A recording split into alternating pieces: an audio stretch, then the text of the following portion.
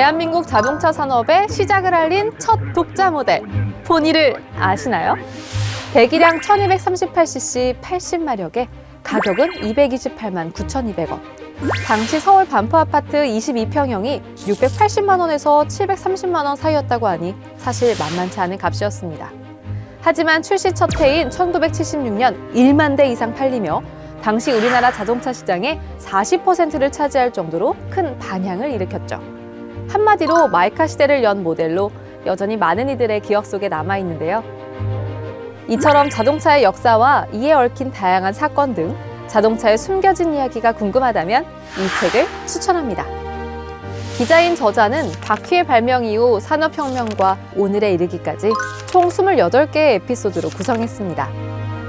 발명왕 에디슨이 전기자동차에 관심을 가져 한 번 충전에 무려 1000km를 달리는 충전지를 개발한 일화가 있고요. 또 영국산 소형차 미니에 대한 글도 있는데요. 개성 넘치는 디자인과 날렵한 주행 성능을 자랑하는 이 차. 비틀즈의 존 레논이 운전면허증이 없었음에도 그냥 너무 갖고 싶어서 1964년 무작정 구입했다는 얘기도 실렸죠. 객관적인 사실관계를 다루기 위해 사진과 당시 기사, 역사적 평가가 함께 기록됐습니다. 무엇이든 아는 만큼 보이고 배운 만큼 즐길 수 있다고 하죠. 이 책을 통해 그동안 몰랐던 자동차에 대해 보고 배우고 즐겨보면 어떨까요? 자동차 산업은 21세기 들어 급격한 변화를 겪고 있습니다. 특히 최근 몇 년 동안 기술 혁신의 속도가 놀라울 정도로 빨라지고 있죠. 단순한 이동수단에서 벗어나 첨단 기술과 융합된 제품으로 자리한 자동차는 환경, 안전, 편의성을 동시에 추구하며 전례 없는 발전을 이루고 있습니다.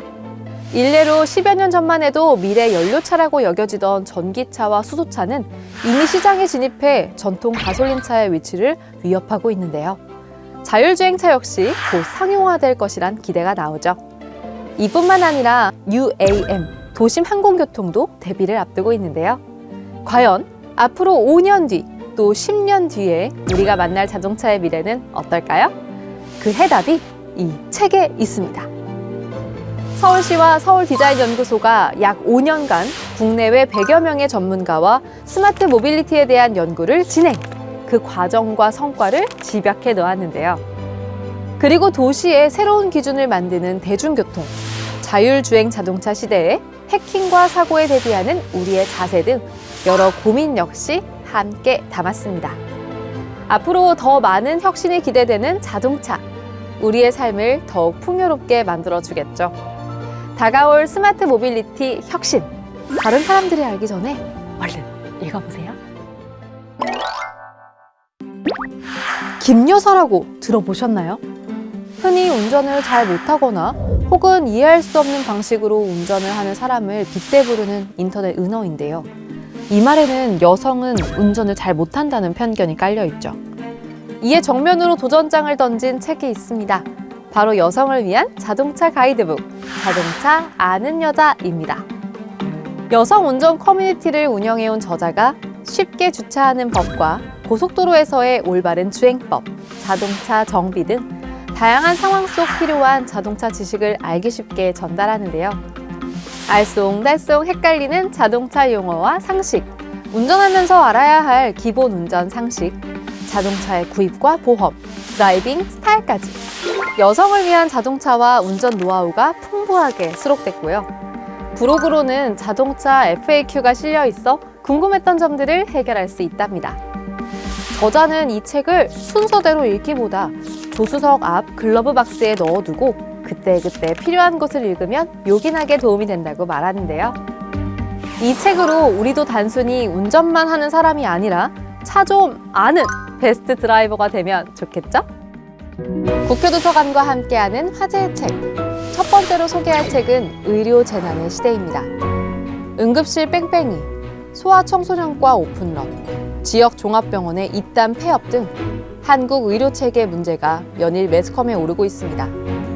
이 책은 지금의 의료 현실을 의료 재난으로 규정하고 이 상황이 언제 어떻게 왜 시작됐는지 진단합니다. 벼랑 끝에 선 한국 보건의료를 구출하기 위한 시급하고도 현실적인 대책. 의료재난의 시대를 통해 확인할 수 있습니다. 다음으로 소개할 책은 2028 거리에서 서점이 사라진다면입니다. 급변하는 디지털 환경 속에서 종이책과 오프라인 서점의 입지는 점점 좁아지고 있죠. 이 책은 일본 출판 산업 전반의 문제점을 날카롭게 짚어내며 서점이 살아남기 위해 우리가 무엇을 해야 하는지 물음을 던집니다. 더 나아가 유사한 위기 상황에 빠진 한국 출판계의 현실도 돌아볼 수 있습니다. 마지막으로 소개할 책은 소스 코드입니다. 이 책은 현대의 가장 영향력 있고 혁신적인 비즈니스 리더 빌 게이츠의 첫 회고록인데요.